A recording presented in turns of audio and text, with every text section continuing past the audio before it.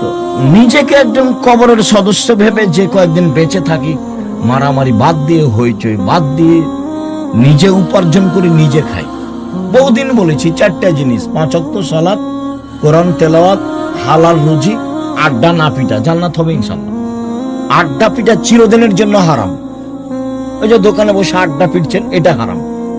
ওই যে মোবাইল নিয়ে সারাদিন সারা রাত লাইনটা বেটি ছেলে দেখছেন, এটা হলো আড্ডা পিটা, এটা হলো হারাম। ওইদিকে তোমার মা দেখে, এদিকে তোমার বাপ দেখে, ওই ঘরে তুমি দেখো, ওই ঘরে তোমার বোন দেখে, তাহলে পুরো বাড়িটা জেনাই সয়লাভ বন্যে। চরিত্র কোথায় আছে? এই আবার মোবাইলও ওদেরই, সব ফাংশন তাদের, ওরা বলে বন্ধু। সুদের যত পথ আছে, দুঃখিত সম্মানিত দিনী ভাই, যে যেখানে আছেন অল্প সময় কথা বলি, আপনার সাথে কিছু গুরুত্বপূর্ণ কথা বলতে এসেছি। মানুষের জীবনে সবচেয়ে জরুরি কাজ 5 ওয়াক্ত সালাত। মানুষের জীবনে জরুরি হিসাবে এর চেয়ে জরুরি কোনো কাজ নেই।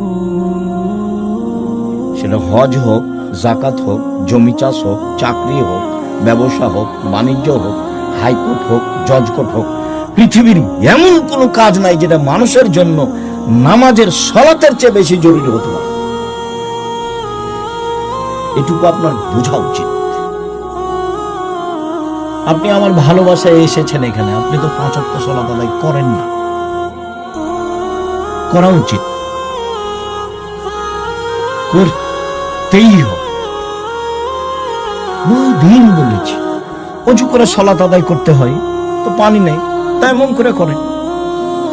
মাটি নেই, তো অজু ছাড়া তায়াম্মুম ছাড়াই সালাত আদায় করেন। কেবলার দিকে মুখ করে সালাত আদায় করতে হয়, কেবলা বোঝা যায় না, কেবলা